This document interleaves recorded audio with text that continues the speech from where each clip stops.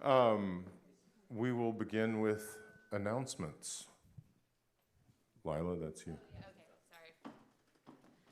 Hello again, everyone. I'm Lila. This is Ben. We're in a little band called Lila DePaul. And we're playing at the Art Bar on St. Claude this Saturday at 7:30 p.m. There's like an Instagram ticket link, only $5. Yeah, it's in my Instagram bio. $5? Yeah, but the show is really cool because if you buy a ticket via that link, we actually get all the money.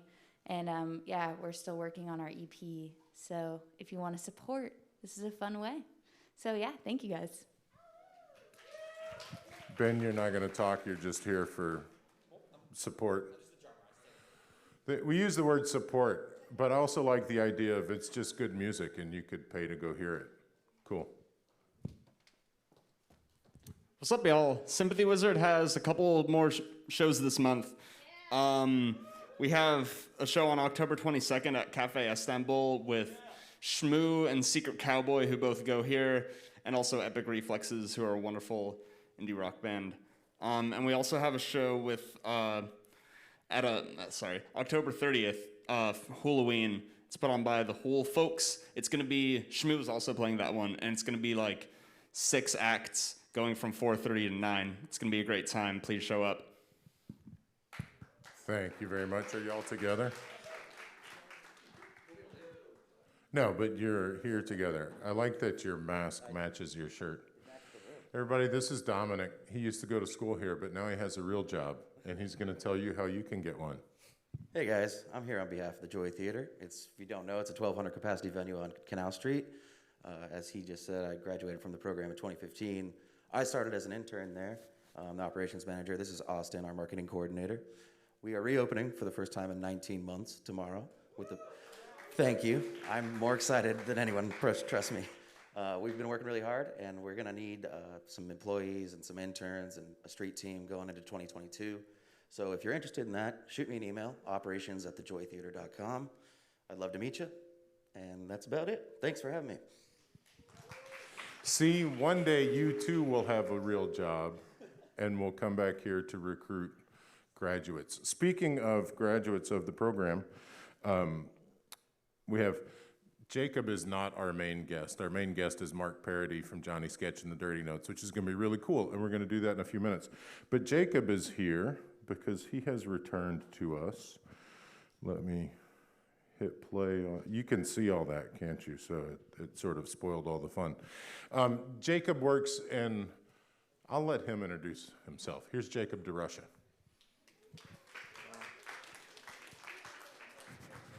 All right, so some of y'all might have popped in on a couple of classes here, so I might be familiar. But my name is Jacob DeRusha, and my role is University Minister for Social Justice and Immersions. I actually just started working at Loyola like 2 months ago, and let me click to the next slide.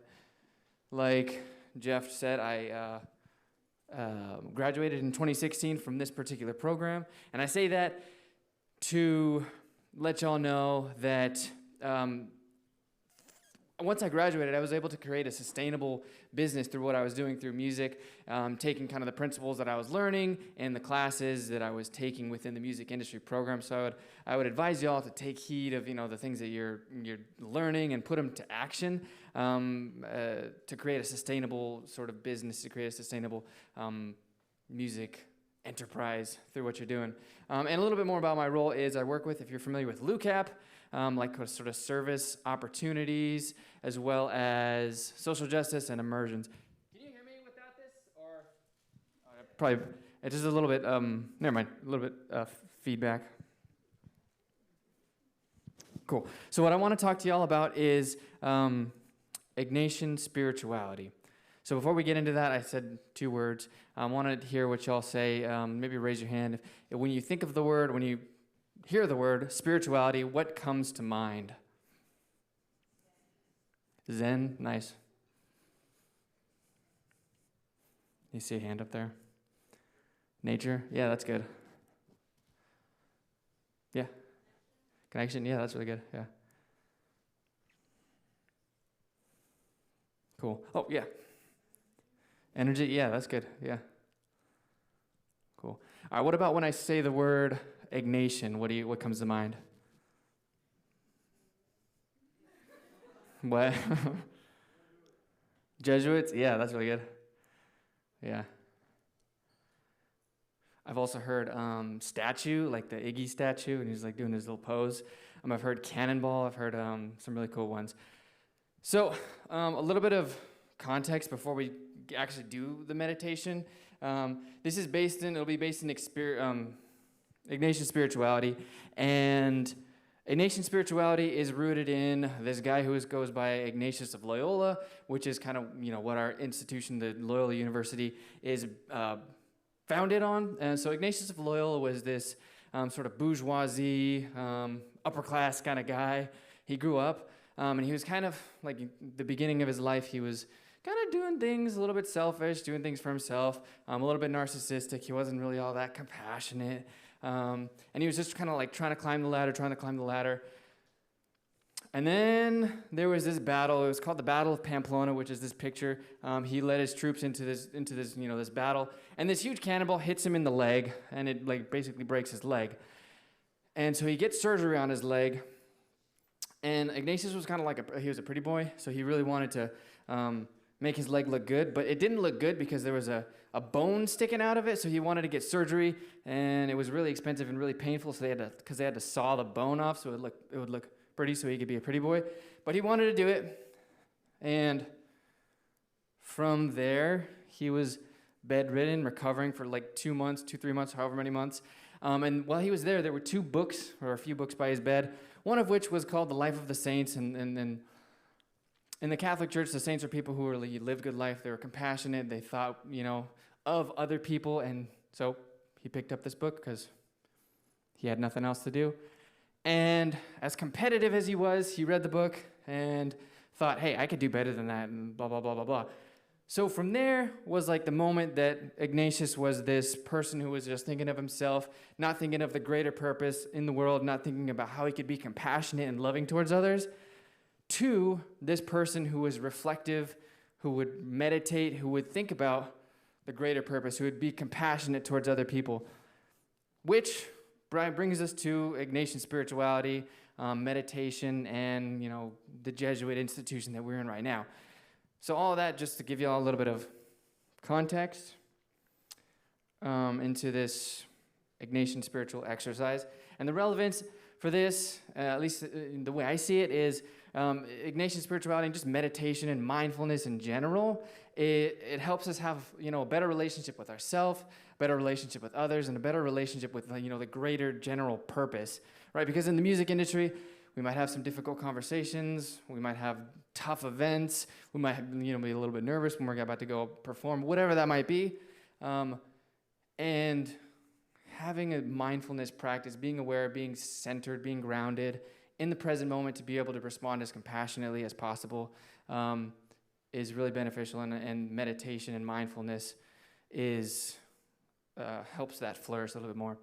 So all of this context, I say and I preface the fact that, this is a Jesuit, it comes from a Jesuit history, which is Catholic history. But as we get into it, I would invite you, whatever faith tradition, whatever non-faith tradition you might come from, find whatever gems work for you and make it your own. So go ahead and get comfortable and feel free to close your eyes.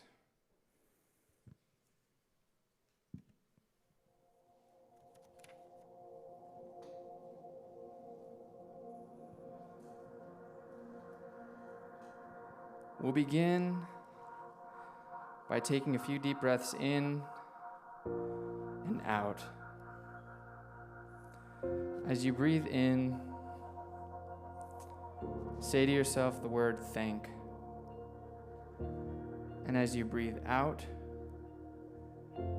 say to yourself, you.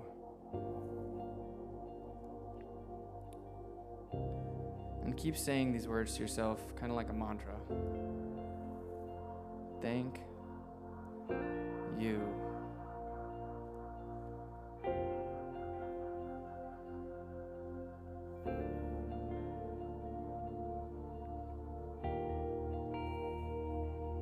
So this meditation, we'll be reflecting on basically music and how it makes us feel.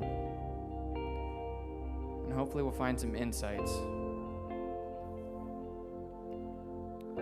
So we'll begin just by picturing yourself with your instrument, your work in the music industry. Maybe it's a guitar, maybe it's a different instrument, maybe it's vocals, maybe it's writing lyrics. What does it feel like to hold the guitar? What does it feel like to hold the pen and your paper?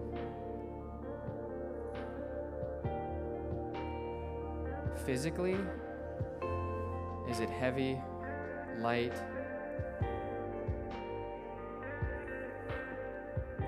And emotionally, mentally, does it provide a sense of stability, familiarity, joy? How does this instrument make you feel?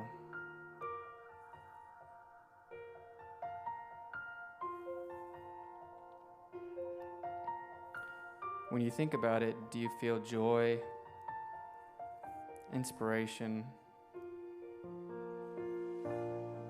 maybe even some negative emotions sometimes too? Frustration, anxiety. What about release and peace?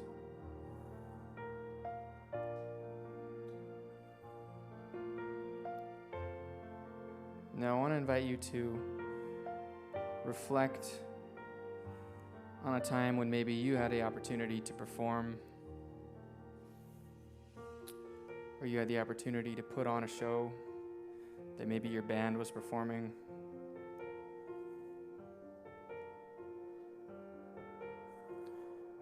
And reflect on the afterwards, the aftermath of that performance.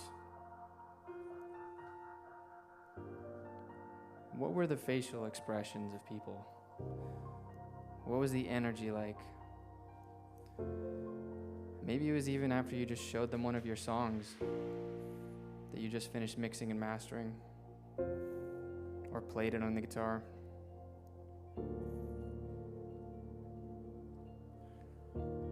Was there a sense of excitement, seeing them amazed by the music? Maybe a little bit of fear, not knowing what people are going to like it or not.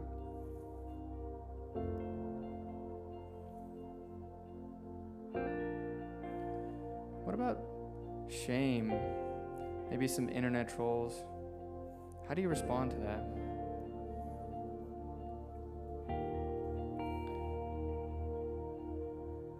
What are the good and the bad emotions that come up when you think about the performance and the response?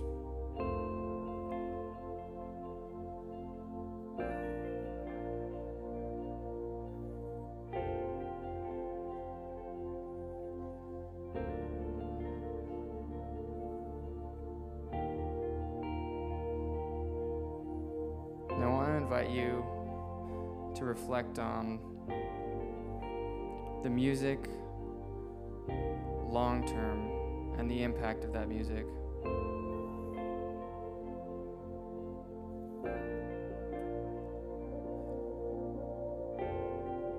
Especially in terms of social justice and advocacy. When you think about what kind of impact your music could make, what comes up or has made? Do you feel a sense of motivation, joy, maybe stress, thinking about using your platform, creating music for some sort of justice cause that you care about?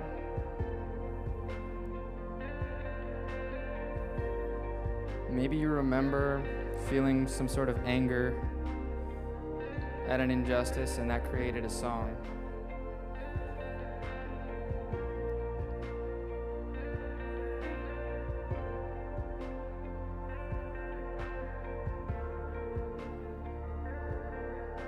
Maybe you felt a sense of joy knowing that others have connected with your song, with the music that you've made.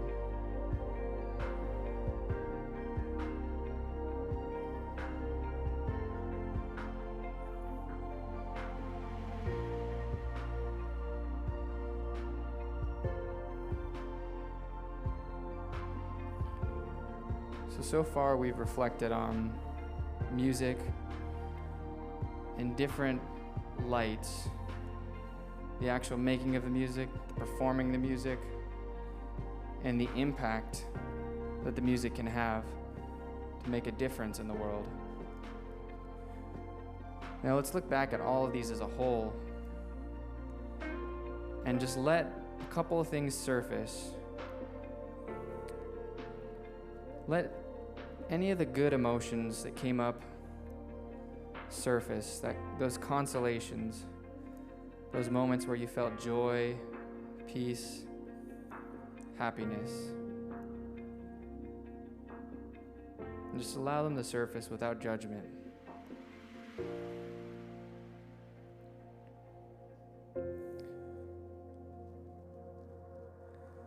And on the same token, we'll do the same thing, but this time we'll look at the negative.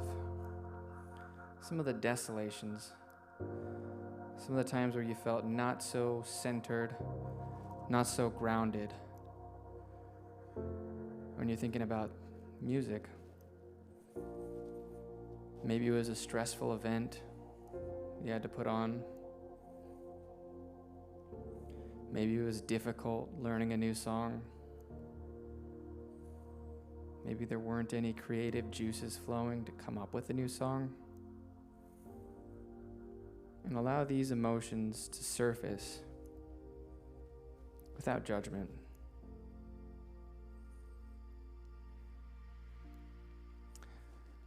And with the last couple moments we have, I would just invite you to ponder where you feel moved and how you feel moved to use whatever musical gifts you have going forward.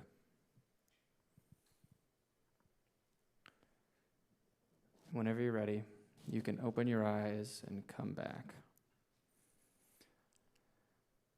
Cool. So this was a form of an Ignatian examen and within the realm of Ignatian spirituality.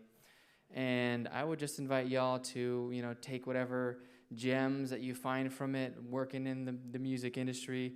If you ever have you feel like you're losing the creative juices, or if you ever feel like you might be stepping into a stressful situation, just know that you have this as a resource so that you can maybe get the juices flowing and or be as centered and compassionate as possible if you know you might be stepping into a sticky sort of encounter with someone else. So with that being said, thank you all. Here's my, go.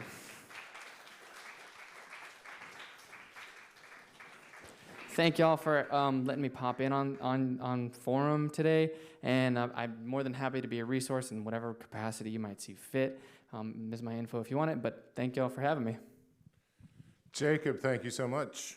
It's one of the things I love about being at Loyola is having some of these sorts of resources. So when you find you want to help, get mindful. Find Jacob, he can help you. I am going to interrupt your peaceful space now.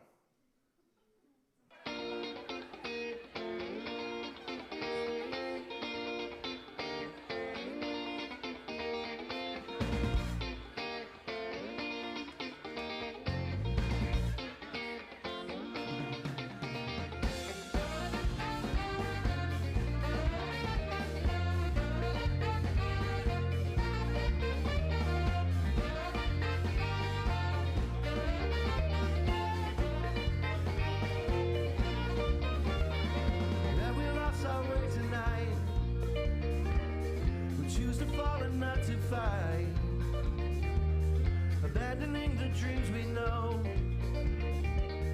forgotten places we call home. Come on.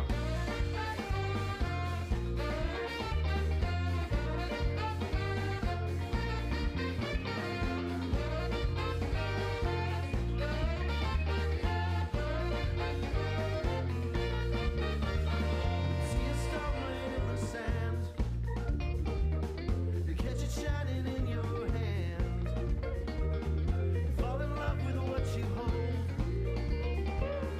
but all that glitters is not gold. It's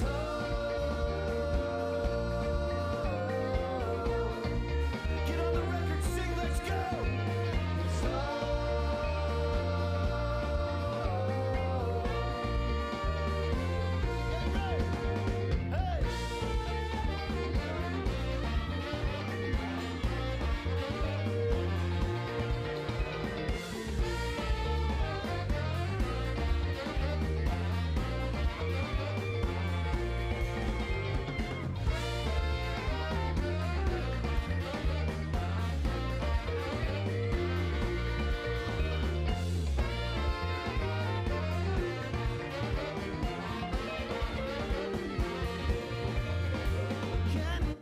It's It's always hard to find a spot to stop. Please welcome Marc Paradis, better known as Johnny Sketch.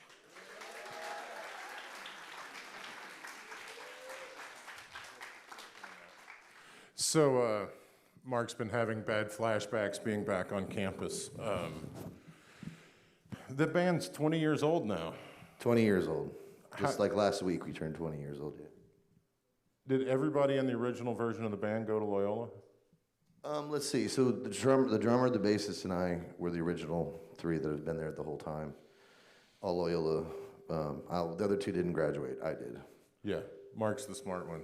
That's why the band's named after him. I'm better than they are. And Omar, our trumpet player, did graduate from Loyola. And Sage went here went for a minute. Right, and then went to UNO. Yeah. And I don't think Paxton ever went here. No. Is this ringing? Is it me? Yeah, we are. I can't sing that high, but it's a little somewhere. I know that. So, I know that because I have a music degree from Loyola, so I can hear. So you might not know, but Marc has a degree in cello performance and has now made a career as the guitar playing frontman of a party band. So how does that happen? Well, first of all, I don't know if I like the term party band. No, I do. Actually, it's a great, perfect description of what we do. How do I like it? I don't know. It pays the bills. It's a lot of fun, you know? I mean, I feel like any job that... Kayla, we're ringing still up here. Just Taylor? like turn it down or something, yeah. I feel like any job where you can play music and feed yourself and keep the lights on is a good job, so I'm really stoked about it. And I didn't really ever think I'd be playing guitar for money. I still don't feel like I should be. I don't know what I'm doing, really. I spent an awful lot of time learning to play the cello. I started when I was 8, and I played constantly, took lessons every week, missed a lot of birthday parties and soccer games, and, you know, I'm sure a lot of folks in here did the same. You nerded out and just stuck with your thing and did it, and lugged that cello around my school when people thought it was like a coffin, didn't even know what was inside of it. So, you know, I don't know. I can't believe. You're I still trained can't as a believe it. cellist. Andre, the drummer, is trained as a piano player. Yeah, is Dave actually a bass player? Dave actually was a bass player, but he was in orchestra, so he was doing the Yeah, formal Harry, one of the original members of the band who played saxophone, is really trained as a violinist. So was this whole thing like a practical joke? Tell me the origin story of this band. It was yes, it was definitely a joke. So back in, I graduated in 2002. I forgot to mention Nick was there too. Dr. Volts. Dr. Volts was present. My former roommate. At the conception. One of my best buddies. Is he here? Is he here?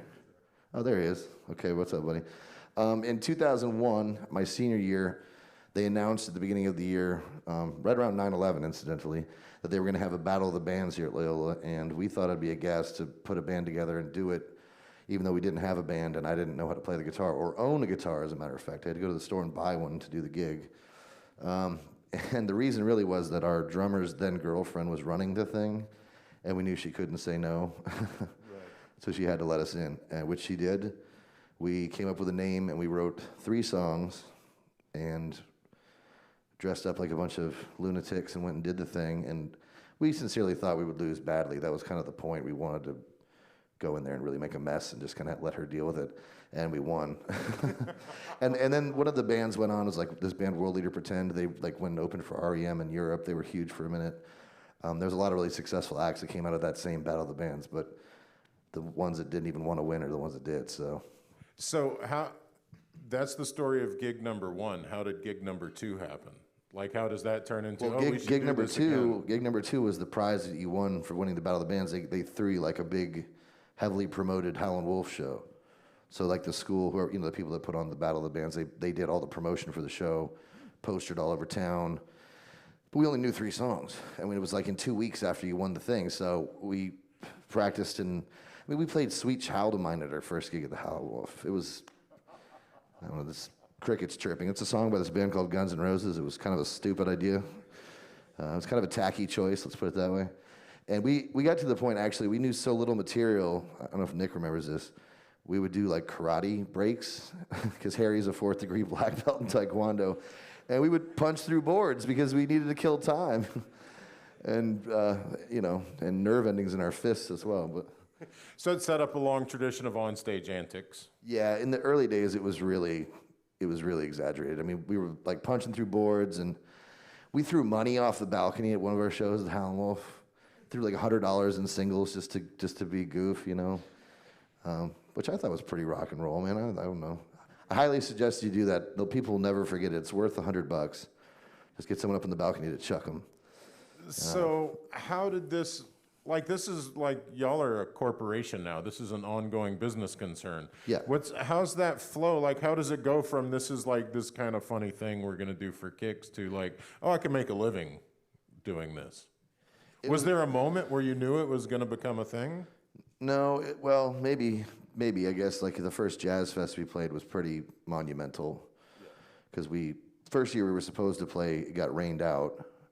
The whole day was rained out, which was devastating to us. And then out of pity, I suppose, they put us in a really good time slot the next year. So in 2005, we were the 3rd slot on the Acura stage right before Galactic and Dave Matthews Band. So there was like 35,000 people at our first Jazz Fest show. And, I've heard the recording recently, and we played everything like twice as fast as it was supposed to go. Like, how's everybody doing? Ah! I mean, they just sound like freaking children. We're just totally overexcited. But when we were done with that, it felt like maybe we were doing something real, Started taking it a little more seriously, I guess. How far into it were you before you had to get like a manager and a booking agent, or are you still doing all of that yourself? No, we had a manager within the first year for sure, and I think booking agent maybe within the 2nd year. We've worked with a few different booking agencies. The business has kind of changed though. I don't think we did any better with the booking agent than we ended up doing when we lost our booking agent. We started doing it ourselves and whittling it down to just doing the gigs that worked. Rather than, we used to just get in the van and drive for like 4 weeks, killing ourselves and playing everywhere we can for sometimes good money, sometimes gas money, and sometimes sleeping on floors and couches and stuff. And it's cool when you're, 22 for a little while, but even at 22 it gets old. So we just kind of figured out, it's like, go to the places that work.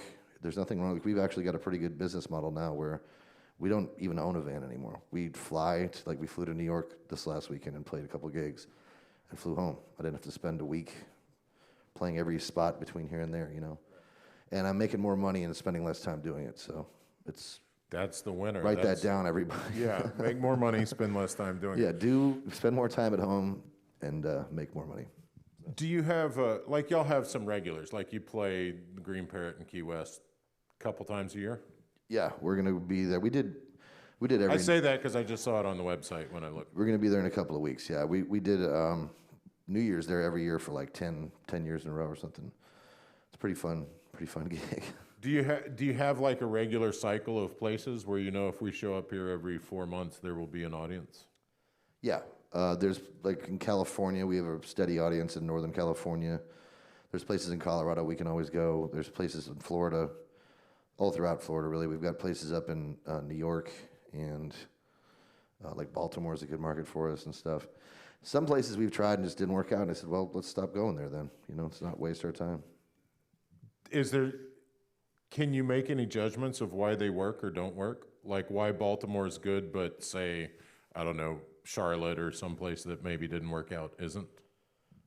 Well, if they didn't like us in Charlotte, because they have terrible taste in music. I mean, that's all. That's all I can say. I don't know. No, I mean, We've actually Charlotte. we've had good gigs in Charlotte, but Yeah, I didn't mean to diss I don't know. Charlotte. That's a fair question. I mean, I think it's just one thing I've noticed is people in New Orleans are we're regarded as such a famous music town, but I think musicians from other cities that come here assume, like if they get a gig at Tipitinas or the Maple Leaf, that New Orleans fans are just going to go buck wild from the first song, that they're just going to be dancing and going crazy. And it's the opposite. I think when you play like the Maple Leaf on a Friday night, completely packed house, you start the first song, everyone's just like this. But like 5, 10, sometimes the whole first set, maybe a couple people in the front are kind of boogieing a little bit. They're hard sell, man. They're not going to love you the first time. And we've been here for 20 years, and they do love us, and they don't really get into it till the second set or whatever the heck. So I think sometimes it's just a matter of, like in Colorado, it's the opposite. Colorado, you start playing, they're just like with you from the beginning. So why that is, I don't know. I really don't. And it makes it difficult to figure out where you're going to go. Like LA is terrible. It's the worst.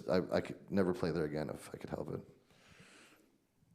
Yeah, well, I feel like there's just so much there that like the competition just for people's attention becomes interesting. It's like the thing here of their people, they're looking at you on a stage and like, well, I could be a George Porter, so like you better impress me. Yeah, that's true. That's true. You could be a George Porter, but then you'd be missing us. There you go. I don't know if that was terrible. How's do you do all the songwriting? Who does the songwriting for the band? No, I don't. Like, do how all do y'all of it. get to material? In the beginning, I think I probably did the lion's share for probably the majority of our career. But lately, it's great. We're all doing writing now, and it's much more interesting, to have people contributing. So it's not all my vision; it's everybody's. It's one of the interesting things to me about the band, as I've sort of watched from a distance over the years, as I've seen you've had players sort of in and out of the band, but there's a real consistency to the happening. If you go to a Johnny Sketch show, like, Yeah. you know what you're going to get. Well, the three of us have always been there. Dave and Dre and I Right. are the rhythm section. So Do you have, is your business structure, how's that set up? I mean, I hate to get into the nitty gritty, but are there like owners and Yeah. other members and like, why is it that way and how'd you get to that structure? the core group is the three of us, and we are. Well, and also it's important to mention that Omar Ramirez, our trumpet player, Loyola grad, he's been with us since because it's when he left. 2006. So that's a long time. I mean, that's 15 years. So I kind of regard him as like a full. We treat him as a member. So on the LLC, it's the four of us, and it's divided up that way. And it's just I've always had this belief that I would never want to be in a group where there was more responsibility put on me than anybody else. It just doesn't make sense. I don't know much about them personally, but I know Coldplay is a good example of a band that every song that's put out is written by Coldplay, and I'm sure that some of them were not truly written by Coldplay. They're probably written by one guy, but just as a matter of diplomacy, they say, look, whatever comes out, it's on us. It's all our, Right, we all stake get in it, equal so. cut of the songwriting and that sort of thing. It makes for good blood, just it keeps people from getting in each other's throats. I mean, the reason people are like, how did you stay together for 20 years? We didn't make a whole lot of money. We had nothing to fight about. I mean, I don't have like a Ferrari and like a hot, model Czechoslovakian wife or anything. I'm living a pretty good life. I'm a happy guy. Like we make money enough to live. So Well, that's what I think. doing it. Y'all are a great example. Billy often says, like, it's totally possible to make a reasonable middle class living as a musician. And I think y'all are a great band to point at because, when I was looking for videos online, there's not all these like label funded big budget music videos, but the band's been around for 20 years. And when you play shows, there's people there and it's full and y'all all like primarily do that. Well, I'd be willing to bet that probably like 70% of the people in this room have never heard of me and have no idea who I am. Probably more than that, actually. And that's fine because I'm still making a living. So hopefully, Right, hopefully they'll check it out now. I don't know, maybe you guys would. When's your next gig in town? That's a great question. You think I would have gotten that information before I came to this? Should have looked at it. If you want to go see them in Key West, that one's Yeah, come to coming Key up West. There really you soon. go. It's the first week in November. It's like a 20-hour drive. It's not that bad. I'm gonna go for a question interlude from the audience here. We often get good like tour routing and those sorts of questions. Let's give a little light. Anybody want to steer this conversation a little bit? There's one up there. Q, what you got? What would you say? What dorm? I'm gonna repeat it for the video. What dorm were you in when you first met? I was in Beaver Hall, 4 North. I think I was 406. And the funny thing about that is that was like the study, the quiet hall. And back in the days when I was here, they still had a smoking hall. The two south was the smoking hall, and it was basically like by default it was the party hall. They can't say that in the paperwork, you know, but it was like this is where if you want to study and have quiet times, be in this hall, which is where I was because I was a nerd. And then my buddy Harry, who is a bit of a hellraiser at the time, was on 2 South in the smoking room. I still can't believe that was a real thing. But it was just like Animal House. I was like here Animal way House. before you. I don't remember Dude, the it was smoking hall. Animal House down there on 2 South. And so I got stuck with this kid who like panicked the first week of school, missed his mommy and wanted to go home. So I was stuck without a roommate. And Harry's like, I'll move in with you, man. So he comes up from 2 South and basically just continues to act like 2 South on 4 North. Yeah. You know, breaking every single rule we had. But I loved the dorms. I wish I would have stayed there all 4 years. It was awesome. Cool. Thank you, Q, as the representative Beaver Hall of Res too? Life. Yeah. I always felt like budding was kind of, well, All right, this is devolving. Let's move on from the Res Hall talk. Anybody else? Yeah, Ben.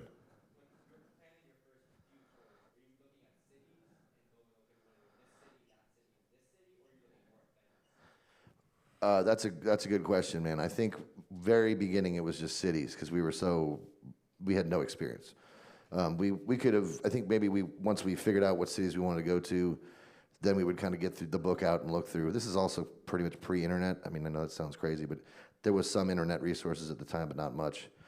So I really don't know. Harry, honestly, was the hero, man. I think he just called like information. It was like, what's a venue in LA? And they just kept calling until someone said yes, which is one way to do it, honestly. It sounds kind of like throwing darts at the wall, but if you don't have any experience, why should a club hire you? I mean, you're just a name. There's 5 billion bands in the world.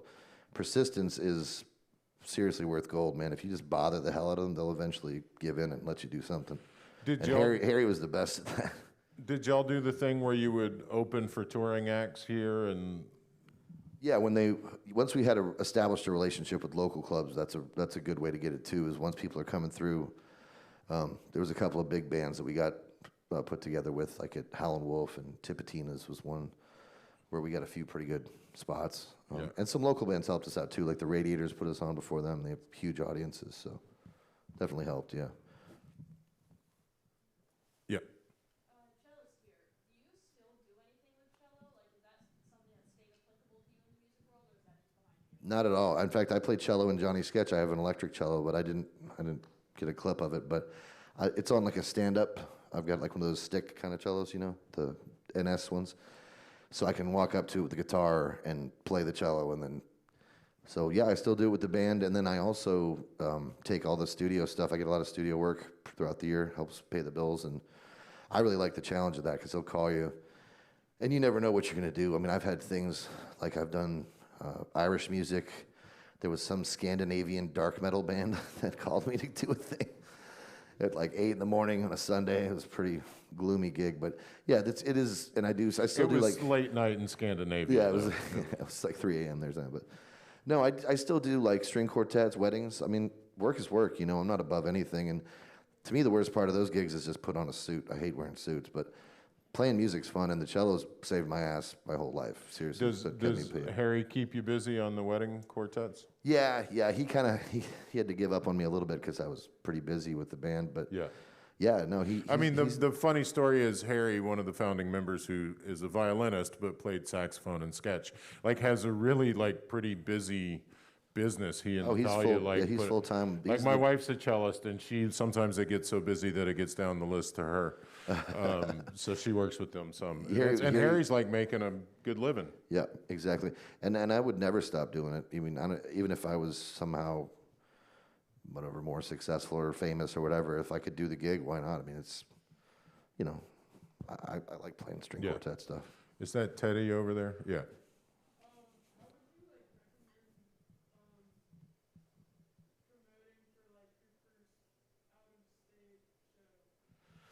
Like if your band is going, you got a gig someplace else. One thing you can do is you can call local magazines, websites, whatever, you know, whatever kind of like we have Where You At and Gambit and stuff like that.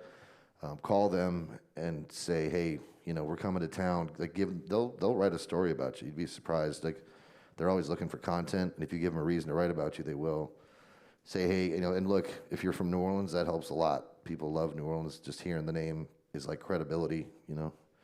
But yeah, hit them up. That's the smartest thing, and it's easy because it's free.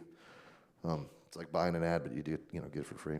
Yeah, prep them. Have your story together going in. Hey, I'm a band and we have a gig is not a story. And also exaggerate. Like seriously, if you've done anything close to anyone of any repute or fame, use that.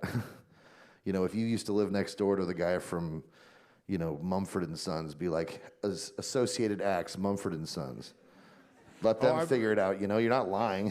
For the longest time, my bio listed that I had played with Aaron Neville because he sat in on one song on this like Wardell Kazare gig I was on.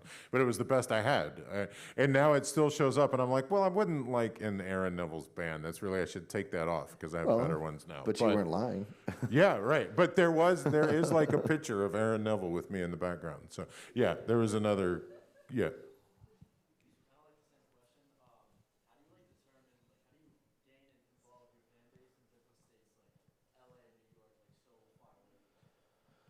It's really tough. The travel thing is always the big deal, right? Because you got to get there, and if you don't have the luxury of flying, you have to drive. So getting there and then getting back is tough because it just takes time, right? You can go to LA, you can only go so many times in a year. But really the key is just playing there as often as you can, because if you get, I've done gigs where we've had 5 people in the audience the first time, like the bartender and his girlfriend and 3 randos that walked in for a beer. But if one of those 3 randos really liked you, the next time you come back, he might bring 15 of his friends. So you just have to keep hitting it, keep hitting it, keep hitting it. And sometimes it'll fizzle out, man. Like I was saying earlier, sometimes you just know there's no fruit on the vine. You got to move on. But there are places where it will catch on, and you'll know pretty quick, I think. You know. Yeah, DJ, did you have your hand up a minute ago?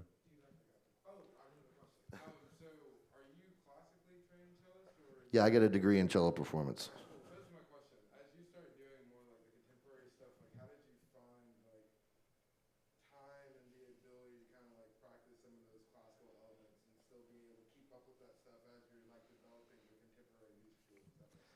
If I'm being honest, I didn't do that. I couldn't really keep the discipline, and you know, I'm not proud of that. I just kind of got, once I sunk my teeth into the new thing, I kind of really had to, and also I never took a guitar lesson, so I had a lot of catching up to do in that department. So I really invested myself in that pretty hardly and went down the guitar path. It cost me some of my chops. I mean, I did my senior recital right here, and I was probably the best cellist I ever have been to this day. I mean, you know how hard it is. You work to a degree that it's pretty hard to maintain, even if you're a professional. I mean, if you're a professional, then your life is oriented around playing. That's all you do. But I had to learn how to be. I also am the singer for the band, dude. I don't know how to sing. Like, I had to work on that. I had to learn how to play a guitar. I had to buy a guitar. I had to learn how amps work and pedals. Like, I never did any of that stuff. So the cello kind of got put in the back seat for a little while. But I've always kept it up enough that I could work. You know, I never let it get too far, because like I was saying, if any gig that comes along that's money, you should do it. If you have this skill set that makes you money that other people don't have, then take advantage of it. It's interesting to hear you talk about like growing into this and learning these things. What is it about the band? Like, what does the audience get from a Johnny Sketch and the Dirty Note show? Like, why do y'all still have a gig 20 years later?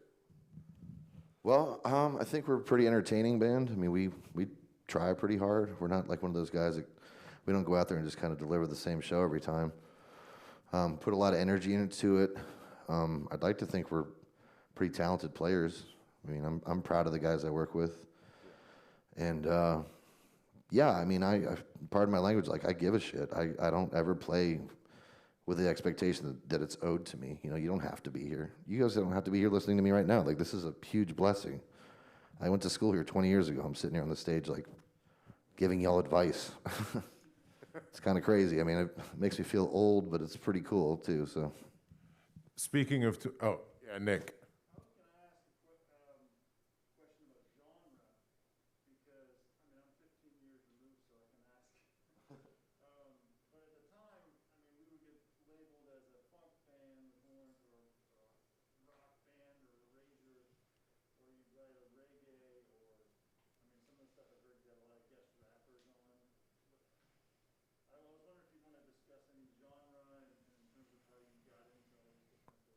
I'm going to repeat that question so the people who watch it on the video can hear it. The question was about genre, and on the front end, you know, having horns, being from New Orleans, maybe it was called a funk band or a rock band. But then there's, like, obviously the thing we listen to has kind of got an island vibe, and you've done some work with rappers and things. How do y'all talk about genre? How do y'all think about genre? I think very strongly, and I'm really excited to hear about what you've been telling me about Loyola these days. It's a very different school than the one I went to. And that's a good thing because I don't care about genre. It doesn't mean anything to me. It doesn't matter. It shouldn't matter to you. Like, if you're a rapper, it doesn't mean anything. You can rap over any kind of music you want to. If you're an opera singer, you can go in any direction with that you want to. I like to play the music I like. If one day I'm really interested, like, there's been phases in my life where I was listening to a ton of Caribbean music, and that's when I wrote that song. It just was, like, really into my head. And some of the bands that I really respect have followed that same path. They just never were predictable. They didn't do. I mean, look, AC/DC has made the same record 25 times in a row. It's an awesome record, but it's the same song over and over again. I don't really want to be that kind of band. You know, there's a band called Ween that I really like because Ween just is like absolutely all over the map. They do whatever they want, and I think that's maybe our strength as far as musicianship, like artistry. I've always been proud of that. It may not be our strongest trait or as far as like marketability, but well, it's interesting. I used to say genre matters because you have to know what part of the record store to look in to find the records. But now that you can just search for it by name online, I wonder. I will often rail about how genre is bad for art. But next semester, heads up y'all, as registration's coming, next semester I'm teaching a history of pop music class. And there's this new book by Kela Fasana out. It's called The History of Rock Music in 7 Genres, and he totally breaks the whole thing down in terms of genre. So I think that's the book I'm going to use for the class, because then I'll just get to argue with myself the whole time. So just a heads up if you need to take that. It might be fun. I've got my shorthand answer when people ask me, because I've never got a good answer for it when they say, because, you know, that's what everyone says. What kind of music do you play? You know, and no one ever wants to say rock. Yeah. What band is like, I play rock music, period, that's it. Or country or whatever. They was like, well, it's kind of, you know. So I said It's like if Miles Davis and Taylor Swift had a baby. Yeah, I'd buy that record, man. No, I say. Okay, maybe that was the wrong choice. No, you're onto something, brother. I think I always say it's eclectic funk rock. Whatever the hell that is. I called it party music because every time I hear it, it makes me want to move. Like I can't sit still. We like to party, man. You know. Yeah, it's like, and I feel like that tells it's fun. It really is, man. I want to definitely drive that home. Like, I have had the most fun in my job that you could possibly have, and there's no end in sight, and I don't have to compromise myself. I don't have to do what I don't want to do. And I will say this too. It sounds like they're making me say it because I went to Loyola, but honestly, all the things I learned here, I've used. All of them. Even the stuff I thought I was like, I mean, Nick mentioned like sight singing was one of those that used to give us fits because it was so hard, and we would, you know, but I use that all the time. It's practical knowledge, and it makes you a more marketable musician. No matter what you do, if you can walk into a studio and some guy can hand you a chart and you can read it and play it right like that, you're going to get paid for that. You know, you're going to make more money than the guy who can't do it. So whatever your angle is, whatever direction you're going in with your music or your business, like use all the skills. The wider you can spread out, the more options you have, and the more money you'll end up making. Now that you made that plug, what's one thing you wish you would have paid more attention to when you were in school, when you had a shot? Or maybe wish that we would have taught you that I like this integration you guys have now. I wish there would have been some business education. I had no idea. I knew nothing about the music business when I left here. I knew how to play the cello, the end. I mean, I really didn't know how to get a gig. I didn't know what studio work was like, and I really regret that I didn't. I'm really pleased that you guys do. It's going to help you a lot. I regret that I think I slept through one of my finals and lied to the professor and told him that my dog got run over or something, and then I got to take it over. So I kind of regret that. That wasn't the coolest thing to do, but I passed. So. I can tell I'm gonna have like 8 people's dogs get run over. I know, man. this I'm sorry. semester. I'm not encouraging that kind of behavior. No, you have to come up with your own excuses. I'm not Be proud creative. of it. Yeah. I didn't even have a dog. That's what's really dark about it. Other questions. I love it when they degenerate.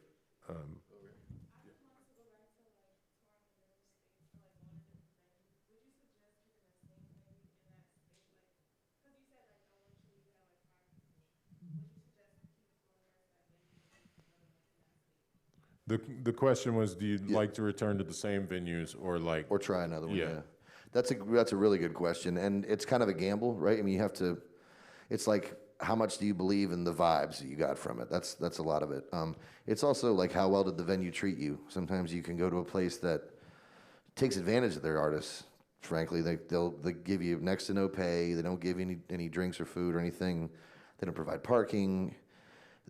Little things like that add up when you're doing it day after day. And if they're not looking after you and there's not really much going on, I would be much more inclined to move on from it. If you go to a place though where they're really good to you and they express interest in helping develop you, which a good venue will, then 5 people is great. I would go back in a heartbeat. But really listen to, some clubs are not out there to help you. Some of them are there to fully take advantage of you and get as much free entertainment as they can. You know, young artists will play for free, which I think is sad. I mean, I did it plenty of times. And venues know that, and they'll let you come in and entertain their guests while they sell drinks, and you go home with, 10 fewer bucks from gas money, you know what I'm saying? So go to the places where they take care of you and develop you as an artist, and it'll pay off. Hopefully sometimes you have to change venues because you outgrow one, right? Like I've seen people come through and play Gasa Gasa a few times, and then maybe after they've done that 4 or 5 times, they have to go play Tipitina's because their crowd doesn't fit at Gasa Gasa anymore. That's right. And Well, that's a good problem to have. One, for example, like, you guys know the band Revivalists, right? The local band. They opened for Johnny Sketch like 12 times when they were starting out, and we were kind of like their big brother band. And slowly, as they got more popular, the last gig I did with them was at the Bowery Ballroom in New York, and it was Revivalists, then Johnny Sketch, then Anders Osborne. And so now it's like, we all know how that story ends. Now it's Sketch, Anders, Revival. Now it's like Sketch down the street, and the Revivalists are up opening for the Rolling Stones at the Megadome, and getting a helicopter ride out of the venue. But yeah, you're right. I mean, you have to go where the development takes you as well. Yeah, Did you ever starting out and then have trouble booking venues or have to put on your own shows? And like, what was that like starting out, like trying to, or like, say some artists aren't old enough to play some certain venues. Did you ever run into that kind of trouble and had to sort of? You mean like putting on like a private party kind of thing, like like a a DIY non-traditional house venue? party kind of thing, yeah. Yeah, we did some of that. I mean, we did, in the beginning, like I said, we were lucky that our first gig was in a club, so we had an in with that. But there were certainly plenty of times, like there's a place called Rosie's Jazz Hall. It's like a private events hall over near Tipitina's on top, Chapatulas. And that's a great little room, and you can rent that out and do parties in there. We've done a lot of shows when, like, some jazz fests, it's just so overbooked with people coming in town that we can't get a local gig, which I think is disgraceful, but whatever. So we just made up our own gig, and we packed it out and did our own promotion. And again, that's where those skills come in handy. Like if I'm just a dopey guitar player, like I wouldn't know how to do any of that stuff. But we did all the promotion and we did all the production and we packed it out and made some money. So yeah. So as someone who's been playing for a long time, like when it comes to like venue staff, like engineers and stage crew managers, like what traits do you value the most? Oh, yeah, what do you look for in the venue staff, the engineers, the... before you tell that, I'm going to give you a second to talk about it. My first day of music school as a freshman here, like whatever, 30-something years ago, there's this bass player named Paul Clement who plays with his band Woodenhead. And he was actually the original bass player in Cowboy Mouth, and he quit because he thought the band was going nowhere. And he came back to school to get a music therapy degree. So Paul was a little older than me. First day of school, he says, "Look, kid, let me give you some advice. Always be nice to the bartender and the sound engineer, because they can make your life heaven or hell." And I can tell you that in the 30-plus years, that was good advice. So what do you Good advice. what do you look for, or maybe to spin that another way, what are your tips for dealing with, you walk into a club, short sound check time, engineer you don't know? Well, you're absolutely right. That's a big part of it. I always go in and introduce myself to the bartender and to the sound guy. And a really big part of it, and this sounds incredibly obvious, is be on time and don't be a whiny little asshole. Like, seriously, the attitude, these people just don't care. They deal with musicians every single day. And sound guys especially are over it. They're just the most bitter, miserable people in the world until they get to like you, and then they're the greatest people. Right. But they're not gonna like, we're not gonna be like, "Hey man, welcome. What can I do for you?" They're just like, "What do you want?" You know? "Oh great, you have 6 mics. I can't wait to set all those up for you." You know? Everybody has to sing. I'm like, yeah, we all sing, man. You know? But the nicer you are to these people, like, don't give them a reason to hate you. And I'll tell you, this is a proven fact. I've checked with many venues that have like confirmed it. We've so out-niced some of these people that they remember who we are and have asked the club to have us back. It happened in the Eldo in Crested Butte. It happened at a place in Allston, Massachusetts. It's happened at a place in New York called the Lion's Den. We walked in, we were professional, we were polite. We did our jobs efficiently, and we got asked back because the grumpy sound guy actually turned around and liked us. So that is a very good question, and it really does pay off big time. Learn their names. "Hey, Steve, can I get a little more bass in the monitors?" And Way don't bark better it. than "Monitor, Yeah. dude." Yeah, and don't like bark at them. And people get so like entitled. You know, they're the musician, they're the artist. Like, you know, doing stuff like this. Like, would you snap at a waiter? It's just, it goes a long way. Treat everyone like you're equals. You know, you're working as a team. So. Yeah. And on that night, you're all on the same team. I saw a hand over there. Yeah. It actually, we only got to do it twice. I can't remember what it was called now. It was a big old place. The first time we went, we did a show by ourselves. And then the second time we got asked back, we did an opener for Rebirth, and there was like 600 people. It was totally sold out. And the reason we got asked back was because we were cool to them. Were you on that gig, Nick? Well,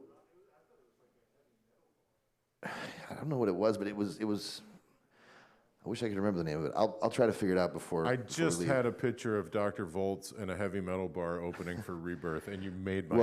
Well, you could. Dr. Volts played the Ranch Bowl in Nebraska, didn't you? The rock and roll bowling alley. Yeah, another time I'll everywhere. Yeah, we're gonna make the Dr. Volts documentary one day. Yeah, that's for the Trumpet Studio Masterclass. Yeah, We'll go do that. Other questions? Can I ask y'all a question? Is this weird? Yeah, please. No, that's great. This building is just one indication of how different this school is than from when I went here. Like, I don't think any of them remember the old like cruise ship looking version of this building. This building was so ugly. building. It was just terrifying, and it's really cool now. This is like super modern and welcoming, and I don't know. It's like completely different. But I mean, I guess it's hard to ask 70 people to answer at the same time. But I mean, do you guys feel like you're getting that variety I'm kind of sensing? Like, are you getting that business education, music education? Is that what I'm picking up on? Because if it is, I'm really stoked to hear that. I think that's a huge development for this place, because Yeah, right on. That's really good to hear. So you have the upside of all the good ones are here right now. Oh, really? Sort of the structure of this class is you can watch the video later or come and interact with the guest. Oh, okay. And so these, you actually have all the people who care I thought about they what seemed they're pretty learning interesting. here. You guys are being really polite. Yeah, no, we've figured out how to make it, Well, that's how cool. to privilege the ones who give a shit. I think Yeah, that's so great. they're- I they're think that's here. great. Thank you, by the way, for being here. Thanks Yeah, for being thank part you of for that listening number. to whatever the hell I have to say. That's really nice. Cool. Well, short of any other good questions before we devolve into telling old Nick Volt stories, how about a big hand and thank you for Marc Paradis. I forgot in the housekeeping earlier to tell you that I owe you a couple of really simple quizzes from the last few weeks that I forgot to post. I promise I will fix that. Thank you for being cool. I'll see you next week. Later. Yeah, man.